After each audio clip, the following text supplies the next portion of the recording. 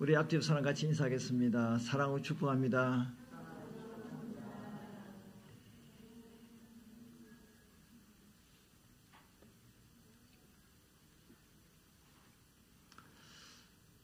바울 사도께서 갈라디아 교회 성도들에게 오늘 3장 1절에서 어리석도다라고 3장 1절부터 말씀을 시작하고 있습니다. 어리석도다. 어리석도다는 말은 무슨 뜻이죠? 멍청하다, 둔하다, 바보스럽다는 거예요. 왜 그런 말을 바울 사도께서 하셨을까? 갈라디아 성도들이 왜 그런 책망의 말씀을 들어야만 했을까? 그들은 시작은 믿음으로 시작했어요. 그런데 갈라디아 교회 안에 율법주의자들이 들어와서 믿음으로만 구원받는 것이 아니라 믿음도 있어야 되지만 율법의 행위도 있어야 된다 라고 주장하는 사람들이 있어서 바울이 받은 그 복음을 믿음으로 말미암아 성령을 체험하고 그 믿음 때문에 핍박도 받았는데도 불구하고 거짓 교사들의 가르침에 이 성도들이 넘어간 거예요. 그래서 바울은 안타까운 마음으로 너희들이 왜 어리석었냐, 성령으로 시작했다가 왜 육체로 마치려고 그러냐 라고 책망으로 이 말씀을 시작하고 있습니다. 그렇다면 여러분들에게 질문으로 오늘 말씀을 시작하도록 하겠습니다. 여러분은 율법의 행위로 구원을 받았습니까?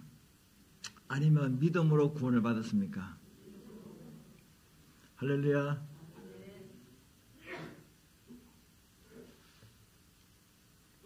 율법으로 구원을 받는다면 어떤 결과가 일어나는가? 갈라디아서 3장 10절에 보면 무릇 율법 행위에 속한 자들은 어디 아래 있다고요? 저주 아래 있다. 내가 율법을 행함으로 구원받으려고 한다면 저주 아래 있다라고 이야기를 하고 있습니다.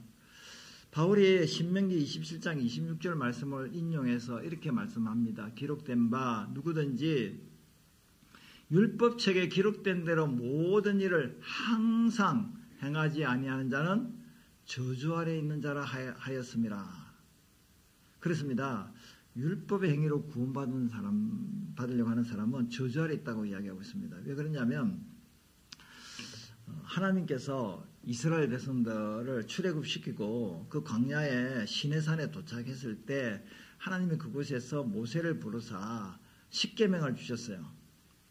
그 십계명의 핵심이 뭐냐면 하나님 사랑, 이웃 사랑이에요.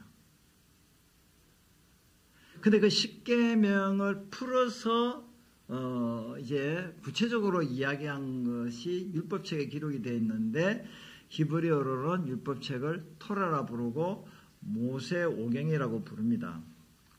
그러니까 창세기, 출애굽기, 레위기, 민수기, 신명기를 토라라고 부르고 모세오경이라고 부르는데 이 모세오경에는 613가지 계명이 들어있습니다. 하라는 계명 248가지, 하지 말라는 계명은 365가지가 있습니다. 근데 이 10계명이 10가지 계명인데 이 10계명 10가지 계명을 구체적으로 확장시켜 난 것이 613가지 계명이라는 겁니다. 자, 그렇다면 저와 여러분들은 613가지는 고사하고 대표적인 이 10계명인 10가지 계명을 오늘도 지키고 내일도 지키고 모레도 지키고 예수 믿고부터 주님 앞에 서는 그날까지 매일 그 십계명을 다 지키며 살고 있습니까? 가끔 한 가지 두 가지 빠뜨리고 안 지키며 살고 있습니까? 지난 한 주간에 십계명을 다 지키며 사셨습니까? 한두 가지 못 지키고 사셨습니까? 한두 가지만 못 지켰죠. 그러니까 십계명이 10가지 계명이니까 하나당 10점이라면 100점이라면 하나 못 지키면 90점인데 한 8, 90점은 되지요. 8, 90점도 안 되나요? 네. 그러면 혹시 살아오시면서 100점 맞은 날은 며칠이나 됩니까? 오늘 내가 10계명 다 지켰어. 구체적으로 이야기하면 613가지 계명 오늘 다 지켰어. 그런 날이 지금까지 예수 믿고 살아오면서 몇 번이나 있었습니까? 하루라도 있었습니까? 하루라도 있었다고 생각하는 분, 실수라도 괜찮으니까 손 한번 들어보세요. 아무도 없으시네? 겸손해서 그런 건가요? 안 그러면 실제 내 모습을 알기 때문에 그런 건가요? 그러면 지금까지 내가 인생을 살아오면서 다 지켰다고 가정을 해봅시다.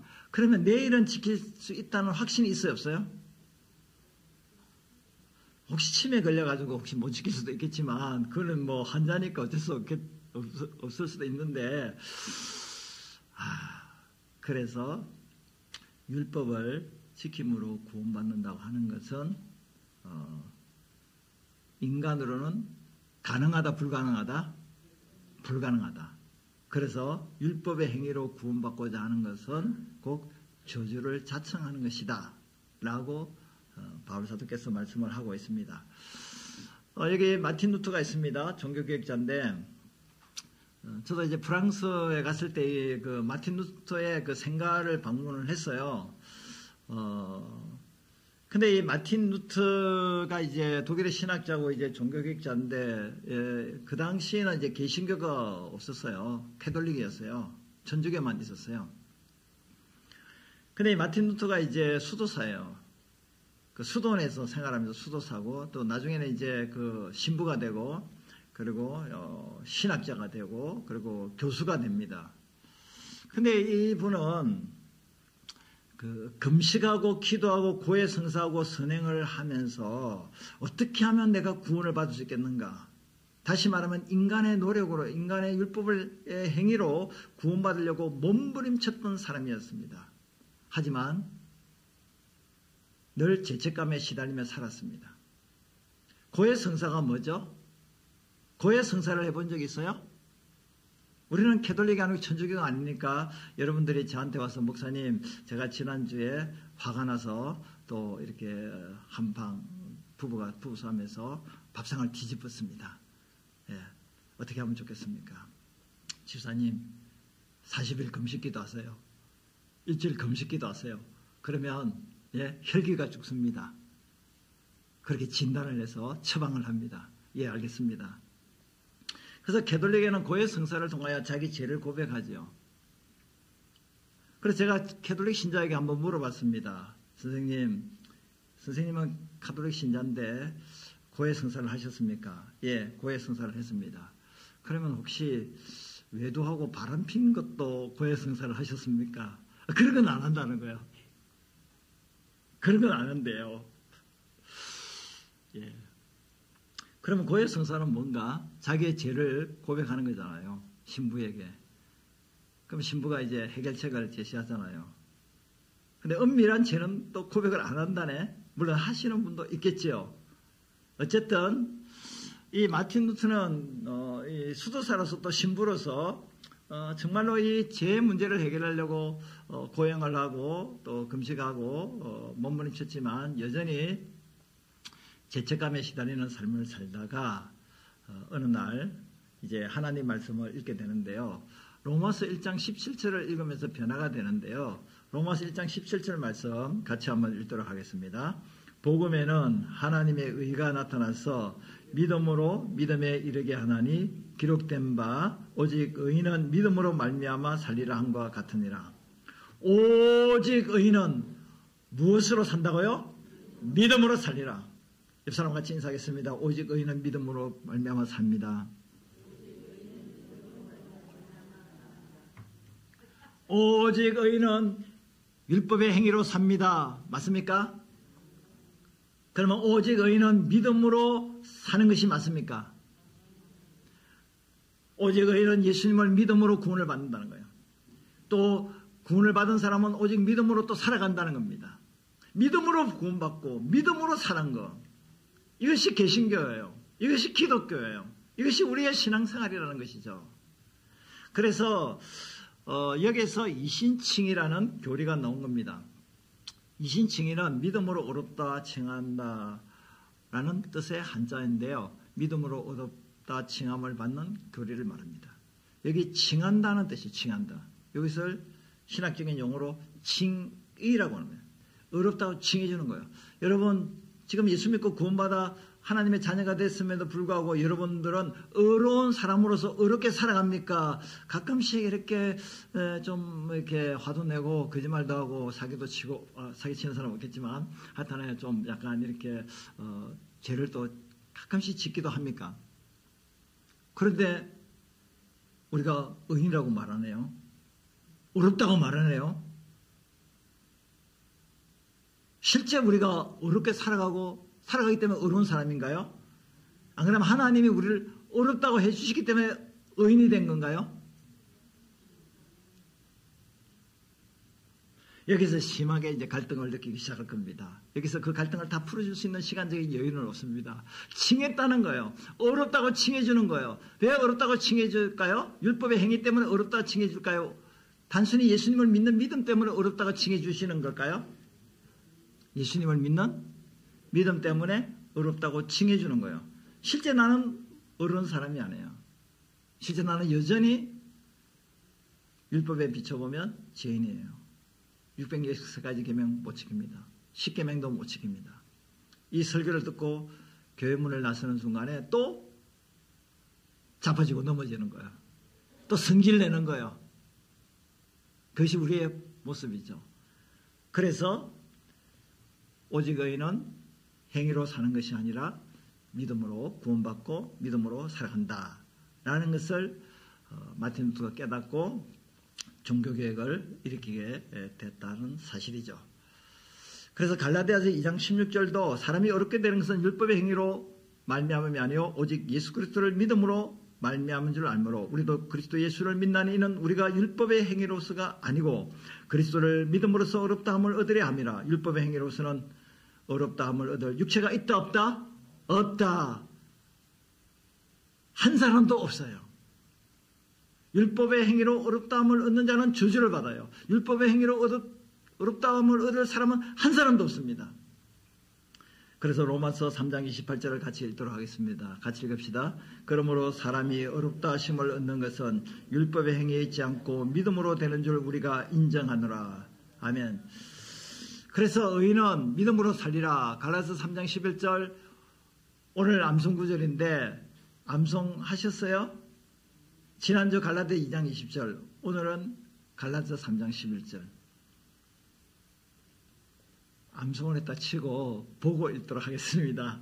읽겠습니다. 또 하나님 앞에서 아무도 율법으로 말미암아 어렵게 되지 못할 것이 분명하니 이는 의인은 믿음으로 살리라 하였습니다.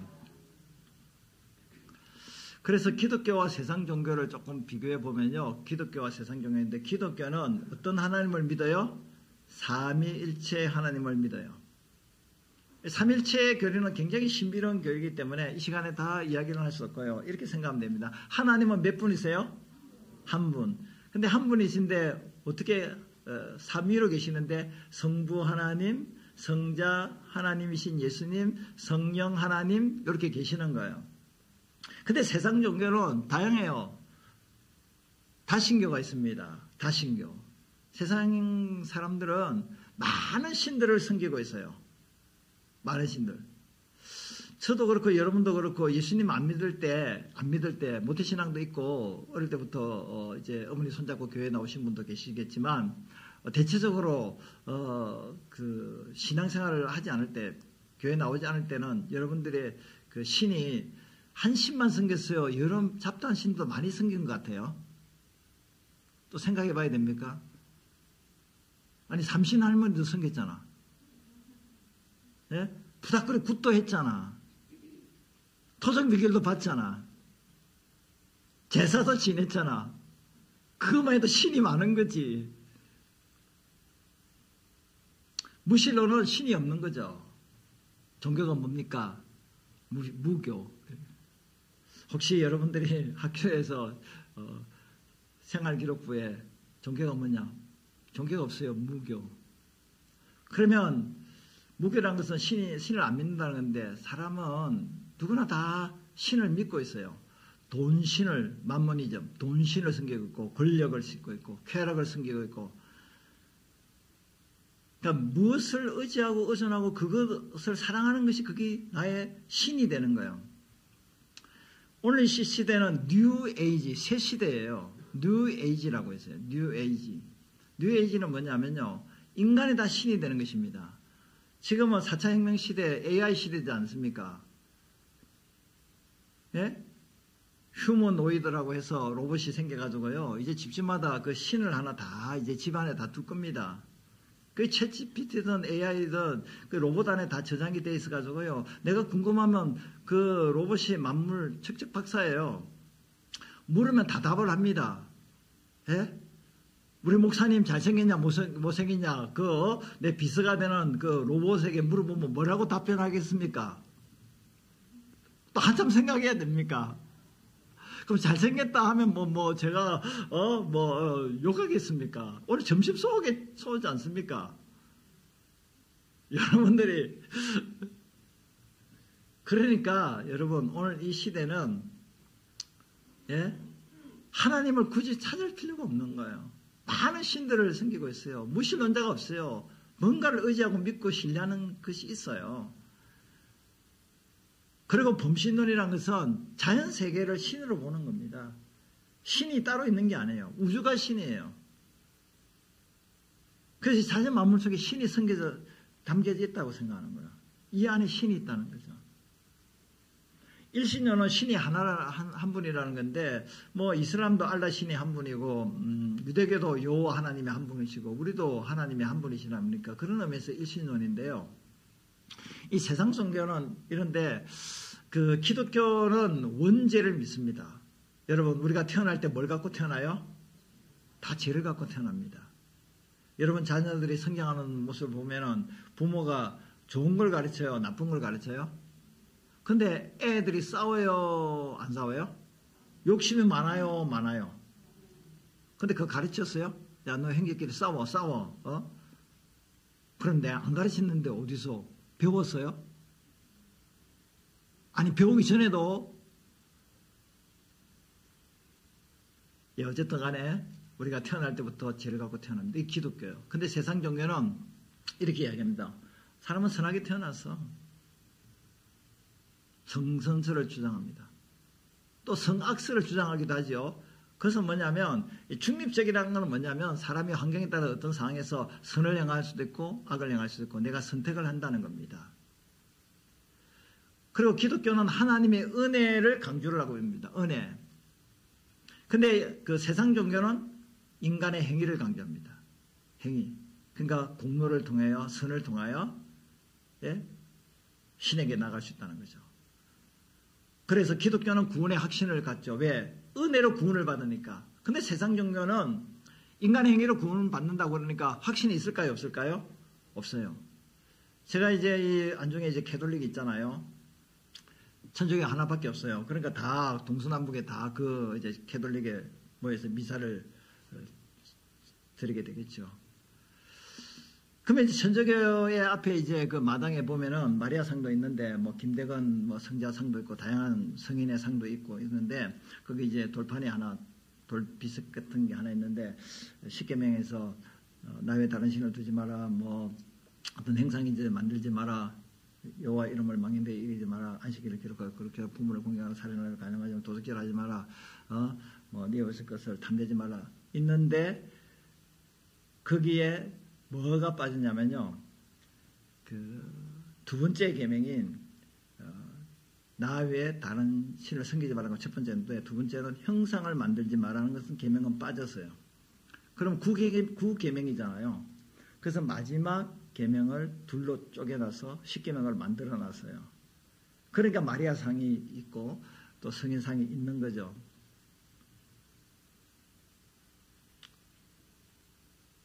그래서 그 주변에는 캐톨릭 신자들이 많아요.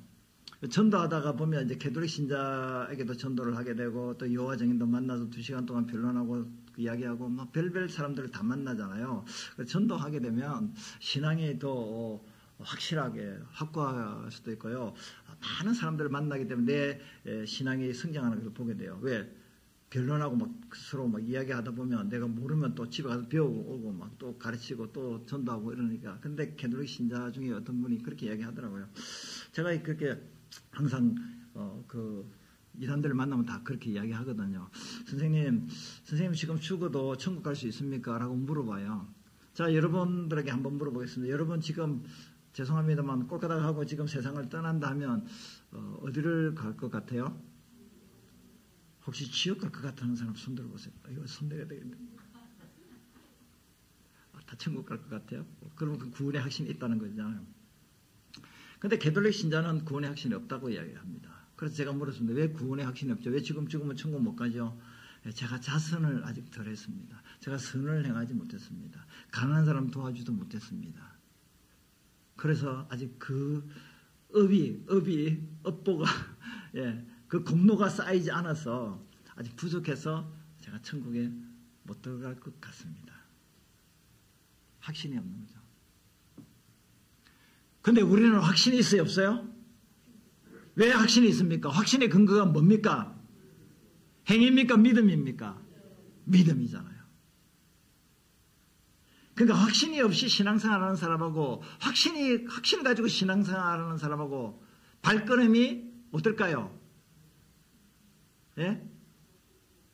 가볍고 무겁고. 예, 맞습니다. 답을 너무 잘하시네. 예. 누가 가벼운 거예요? 믿음으로 확신을 가진 사람, 구원의 확신이 있는 사람은 가볍고, 확신이 없는 사람은 무겁고. 예. 몸무게가 상관없지요? 예, 가볍습니다.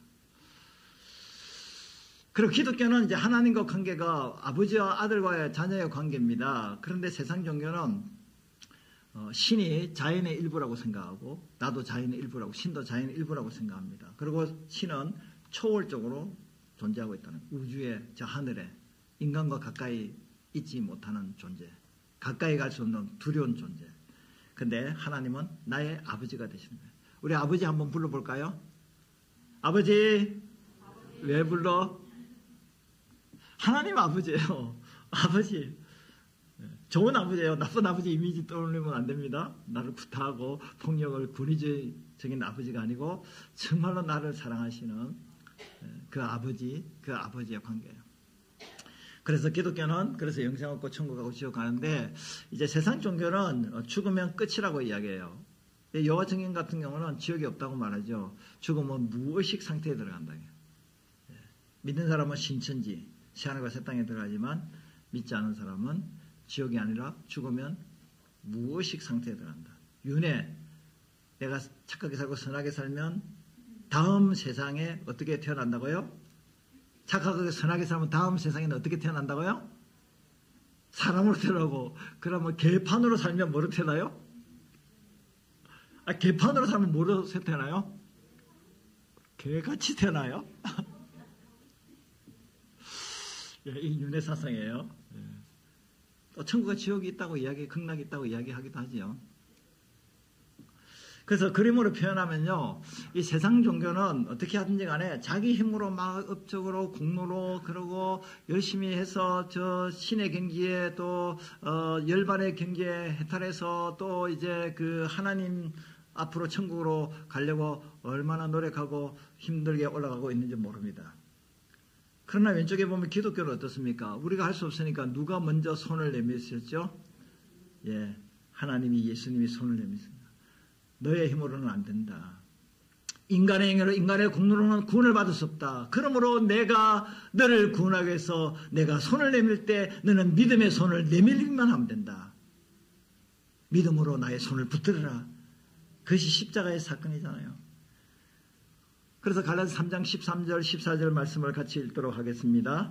그리스도께서 우리를 위하여 저주를 받은 바 되사 율법의 저주에서 우리를 속량하셨으니 기록된 바 나무에 달린 자마다 저주 아래에 있는 자라 하였음이라.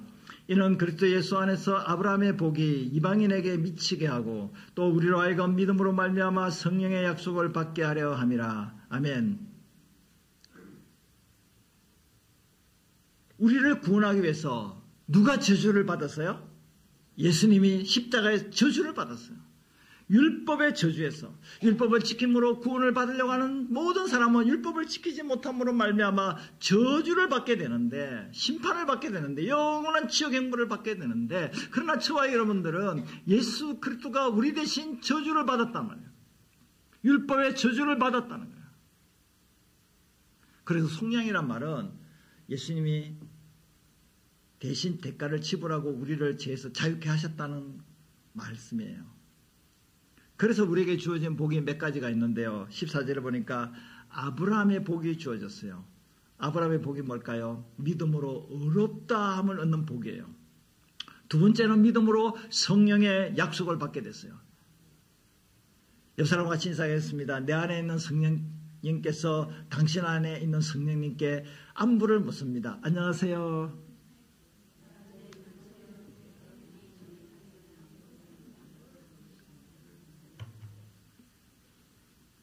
내 안에 누가 계신다고요? 할렐루야. 거룩한 영이 내 안에 계신데요. 전보러 가려면 어디로 가야 돼요? 점쟁이 집을 찾아가야 되잖아요. 그럼 찾아가려면 학습으로 점치는 점쟁이를 찾아갈래요? 신내린 무당을 찾아갈래요? 찾아가긴 찾아가요? 아니, 찾아갈 것 같으면 갓 신내린 무당이 찾아갈래요? 공부해서 철학적으로 통계적으로 점을 치는 사람 찾아갈래요? 만약에 찾아간다면, 예, 신이 옛날에 내린 신이 아니고 갓 신내린 무당. 그러면 진짜 무당은 신내린 무당이 진짜 무당이잖아요. 공부해서 구슬을 하는 무당이 진짜 무당이 아니고 신이 내린 무당이, 무당도 급수가 있잖아요. 그러면 교회로 말할 것 같으면 우리에게는 신이 내렸어요, 안 내렸어요? 우리는 신 내린 무당이 아니고 그리스도인이에요. 어떤 신이 내렸어요? 성령이 내렸어요. 그래서 우리 성령을 받았어요. 그래서 그리스도인이에요. 그러면 교회를 가서 열심히 신앙생활하고 뭐 11조도 하고 주일 성수도 하고 뭐 성경도 많이 암송도 하고 뭐 주일도 안 빠짐먹고 열심히 착한 일도 하고 막 그냥 하는데 학습에서 된 교인들을 종교인이라고 부르는 거예요. 무당이라고 진짜 무당이 아니고 신내린 무당이 진짜 무당이고 학습한 무당은 학습 무당이에요. 그렇다면 교인들 중에도 학습 그리스도인은 그리스도인이 아니에요. 종교인이에요. 그래서 전도하다 보면 그 앞에 종교인 사절 그 볼 때마다 저는 이래서 나 종교인이 아닌데 나 그리스도인인데 그래서 띵동 왜 띵동했어요? 종교인 사절이라고 적혔잖아요. 저는 종교인이 아니라 나 그리스도인입니다. 그리스도인. 갈라디아서 3장 26절부터 29절에 보면 26절에는 믿음으로 우리가 하나님의 아들이 되었다. 자녀가 됐다. 27절에는 믿음으로 예수님의 죽으심과 부활에 연합한 자가 되어서 그 연합했다는 말은 세례를 받았다는 말이에요. 예수님이 죽으심과 같이 죽었고 예수님이 살아날 때 같이 살아났다는 것은 세례를 받았다는 의미인데 예수님과 하나 됨으로 우리는 어떤 옷을 입었어요? 그리스도의 옷을 입었어요. 자, 이 사람 한번 쳐다보겠습니다. 오늘 무슨 옷을 입고 왔어요? 이 사람을 볼 때 그리스도의 옷을 입은 것 같아요? 안 입은 것 같아요? 그런데 뭘 보고 그리스도의 옷을 입었다고 말하는 건가요? 뭘 보고요? 옷은 뭘 가르쳐요? 그 사람의 신분을 가리키는 거예요. 신분. 우리가 운전하다 가면서 교통순경을 보면 경찰을 보면 저분이 경찰이다 교통순경이다 알 수 있는데 뭘 보고 저 사람이 경찰인지 순경인지 알아요? 옷 입어보면 알다는 거예요. 옷 입어보면 저 사람이 군인이다, 소방 아저씨다, 뭐 경찰이다, 다 옷 입은 거 보면 알아요. 그러면 저와 여러분들이 믿음으로 말미암아 옷을 입었어요. 무슨 옷을 입었다고요? 그리스도로 옷 입었다네요. 그리스도가 누가요? 예수님의 옷을 입었다네요. 그러면 사람들이 우리를 볼 때 우리를 보면 뭐로 봐야 돼요? 작은 예수로 봐야 되는 거죠. 우리 큰 형님은 우리 예수님이고 우리는 작은 예수요. 작은 예수. 그러니까 우리가 믿음으로 예수님의 성품을 갖게 됐고 예수님의 인격을 본받게 됐고 예수님처럼 새 생활을 할 수 있는 새로운 피조물이 됐다는 거예요. 얼마나 엄청 축복입니까? 그리고 이제 28절에 보면 유대인과 헬라인, 종과 자유인, 남자와 여자가 예수님을 믿음으로 말미암아 어떻게 됐다고요? 하나가 됐어요. 이 사람과 같이 인사하겠습니다. 당신과 나는 하나야. 잘못 부부가 아닌데 괜히 또 하나라면 곤란해요. 남자가 앉아가 당신과 나는 하나요. 굉장히 곤란합니다. 자리를 잘 앉으셔야 돼요. 근데 이 하나라는 말은 영적으로 하나라는 거예요. 한 가족이라. 예수님 안에서 한 가족이라는 거예요. 그러니까 민족이 달라도 언어가 달라도 국가가 달라도 또 빈부격차가 많다 할지라도 하나라는 말은 차별이 없다는 거예요. 우리 여러분 교회 안에서는 차별이 있어야 돼요? 없어야 돼요. 우리 아버지는 한 아버지요. 우리 예수님은 한 예수님이에요. 우리 성령은 한 성령이에요. 우리 한 가족이 되었어요. 그래서 그러므로 교회에서는 잘난 사람 못난 사람 어떤 믿음이 있건 없건 우리가 작은 믿음 큰 믿음은 우리가 이든 다 우리가 하나예요. 교회에서 차별되어 받아야 돼요? 안 받아야 돼요?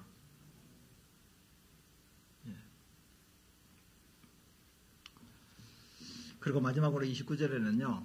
믿음으로 우리가 아브라함의 자손이 되었어요. 이게 육신의 혈육의 아브라함의 자손을 이야기하는 게 아니고요. 영적인 아브라함의 자손이 되었어요. 그래서 하나님을 부를 때 아브라함의 하나님, 이삭의 하나님, 야곱의 하나님, 그리고 누구의 하나님? 나의 하나님. 나의 하나님. 그러면 이스라엘 백성들을 만나면 뭐라고 이야기해야 될까요? 안녕하세요. 아브라함의 후손이거든요. 축하합니다. 저도 아브라함의 후손이에요. 뭐? 당신은 이스라엘 백성이 아닌데 왜 한국 사람인데 왜 아브라함의 자손이라고 말을 하죠? 예, 저는 예수님을 믿음으로 말미암아 영적인 아브라함의 자손이 돼서 저는 구원받은 하나님의 백성입니다. 라고 인사를 하면 됩니다. 그리고 다음 주에 좀 더 구체적으로 말씀을 나눌 우리가 하늘의 하나님의 상속자, 하늘의 유업을 이어받을 자가 되었다 하는 것입니다. 그렇다면 율법의 역할은 뭐냐? 율법은 뭘 하느냐? 우리를 구원할 수는 없잖아요. 우리를 구원하는 것이 율법의 역할이 아니잖아요. 그럼 율법의 역할이 뭐냐면 로마서 3장 20절에 보면 그러므로 율법의 행위로 그의 앞에 어렵다 하시면 얻을 육체가 없나니 율법으로는 뭘 깨달아요? 죄를 깨달아요. 죄. 그리고 갈라디아 3장 24절 같이 한번 읽겠습니다. 이같이 율법이 우리를 그리스도로 인도하는 초등교사가 되어 우리로 하여금 믿음으로 말미암아 어렵다함을 얻게 하려 함이라. 초등교사. 율법이 초등교사 역할을 하구나. 초등학교 교사인가 봐. 아니라 그 말씀이 아니라 옛날 로마 시대에 이제 잘 사는 부유한 집안에서 이제 자녀들을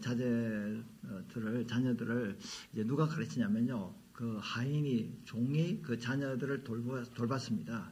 근데 이 부유한 집안의 자녀를 이제 그 악한 데 물들지 않도록 윤리적으로 도덕적으로 바른 길로 걸어가도록 이게 보호도 하고 또 그 가르치기도 하고 또 이제 학교로도 가이드 안내를 하고 그렇게 하면서 그 아이들을 잘 자라날 수 있도록 돌보고 이렇게 이끄는 자가 초등교사입니다.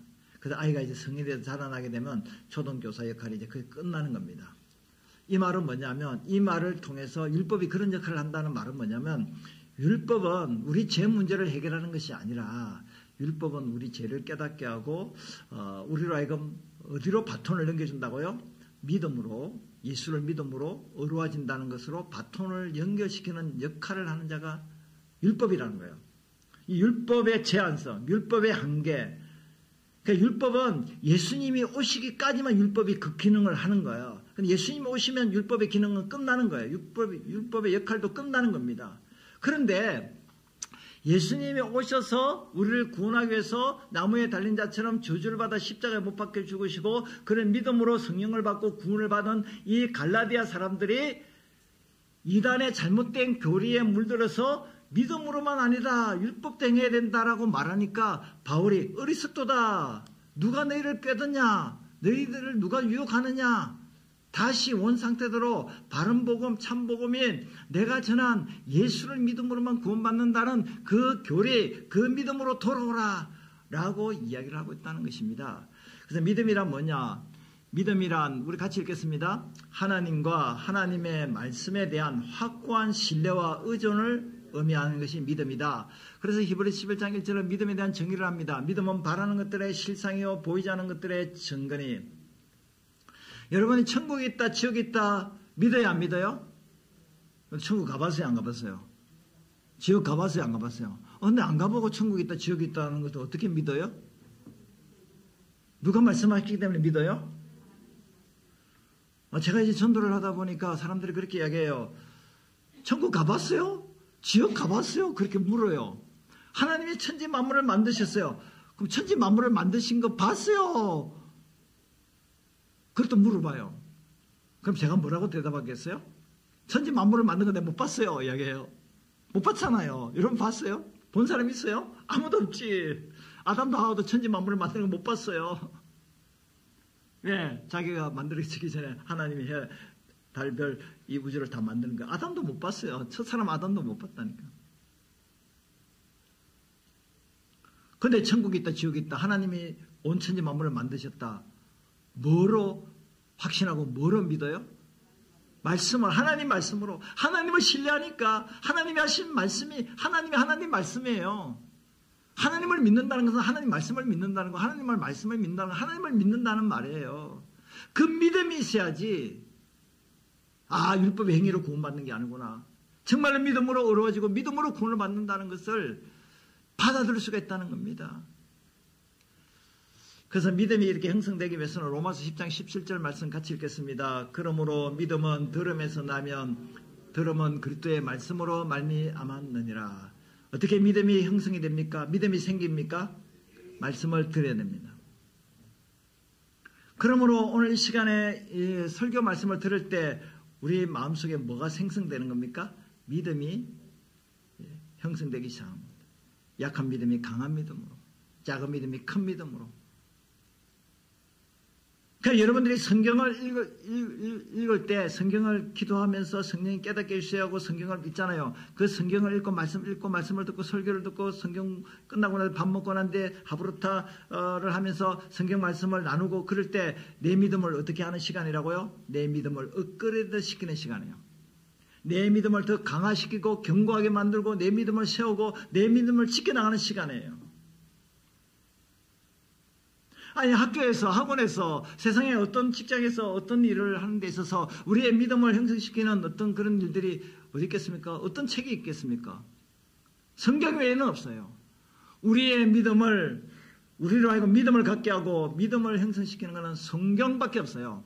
그러므로 하나님 말씀을 읽어야 되겠습니까? 읽어야 되겠습니까? 많이 읽어야 되겠습니까? 많이 읽어야 되겠습니까? 오늘부터 읽기로 작정해야 되겠습니까? 작정해야 되겠습니까? 그러면 하나님 앞에 약속을 할래요? 소리가 좀 약해지네. 하나님 앞에서 어떤 사람이 저주스러운 말을 했어요. 이런 말이 저주스러운 거예요. 성령 받지 않고 신앙생활하라. 성령 받지 않고 신앙생활하라. 성령 받지 않고 설교하라. 다른 말로 말하면 믿음이 없이 신앙생활하는 것이 저주의 말이에요. 믿음이 없이는 오늘 주일인데 교회 가야 된다고 한다면 교회 나올 수 있을까 없어요? 못 나와요. 그러면 교회 나오긴 나와. 그러면 어떤 모습으로 나올까요? 소가 도살장으로 끌려가듯이 나오게 되는 거예요. 나오긴 나와. 근데 여기가 조사원이 초막을 짓고 여기서 편하게 슬리핑 내가 푹 자다가 이제 벌써 목사님 설교 끝났네. 축도하는 시간이네. 잘 잤다. 굿모닝. 굶었니? 말씀을 듣지 못해서 영적으로 굶었니? 말씀을 듣지 않으면 절대 이런 믿음을 가질 수 없다는 겁니다. 그러면 대표적인 것은 아브라함의 믿음인데요. 아브라함은 어떤 믿음이냐? 간략하게 설명하고 넘어가는데요. 하나님의 부르심에 순종하는 믿음이었어요. 그 갈대아우로 지금 이라크 유브라테스 티그리스강 하루 쪽에 있는 거기에 그 우르라는 곳이 있는데 거기에 아브라함이 살고 있는데 아브라함의 아버지가 테란데 우상 장사예요. 우산이 아니고 우상. 근데 아브라함도 우상에 젖어 살았던 이방인이었는데 하나님이 그 아브라함을 딱 불러서 내가 지시하는 땅으로 가라. 어느 땅인가 모르지만 하나님이 지시하는 땅으로 가게 돼서 말씀을 따라간 거예요. 말씀을 따라. 그래서 창세기 12장에 아브라함에게 하나님이 복을 내려주신 거거든요. 이와 같이 아브라함 믿음은 어떤 믿음이냐면 갈 바를 알지 못하고 나가는 믿음. 여러분 어느 날 하나님이 딱 나타나서 하나님이 여러분들에게 무엇을 하라라고 말씀한다면 아멘 하실까요? 하나님 좀 기도해보고 좀 따져보고 생각해보고 가겠습니다라고 할까요? 하나님이 어느 날 말씀하시면 아멘 하실까요? 아멘 하실 거죠? 그러면 아브라함의 부르심에 순종하는 믿음을 가진 거예요. 그리고 하나님의 약속을 믿는 믿음인데요. 창세기 15장 1절 6절에 있는데요. 너희 자손을 별과 같이 무수한 모래같이 많게 하겠다. 그때 아브라함은 자손이 없어요. 100세가 다 됐는데 자식이 없어요. 그런데 하나님이 말씀하세요. 그런데 아브라함이 믿어요. 나에게 자식을 줘서 하늘의 별같이 모래의 바다같이 많은 후손을 주신다. 믿어요. 보이지 않은 것을 믿어요. 이루어지지 않은 것을 믿어요. 이것이 하나님의 약속을 믿는 믿음을 가진 아브라함. 마지막 한 가지는 하나님의 명령에 순종합니다. 독자 이삭을 얻게 되는데 이삭을 바치라 했는데 어때요? 하나밖에 없는 아들 바치면 하나님의 약속이 어떻게 이루어집니까? 라고 이의를 제기하지 않고 바칩니다. 왜? 바쳐도 하나님이 이 아들을 살려서 자손을 번창하게 해주실 것이다. 순종하는 믿음. 자, 믿음으로 의롭다함을 얻는데요. 자, 아브라함이 여호와를 믿으니 여호와께서 이를 그의 의로 여기셨다. 그래서 이제 결론인데요. 우리 같이 한번 읽도록 하겠습니다. 성경은 믿음으로 의롭게 된다고 말씀합니다. 우리의 행위로 구원받을 수 없습니다. 오직 예수님을 믿음으로만 구원받습니다. 그리고 우리는 믿음으로 살아갑니다. 할렐루야. 마지막 종교개혁자들의 5대 정신만 제가 설명을 하지 않고 읽고 이제 설교를 마무리하겠습니다. 종교개혁자들은요 5대 슬로건 구호가 뭐냐면 오직 성경입니다. 오직 뭡니까? 은혜입니다. 오직 하면 뒤에 이야기하세요. 오직 아니 다시 하겠습니다. 오직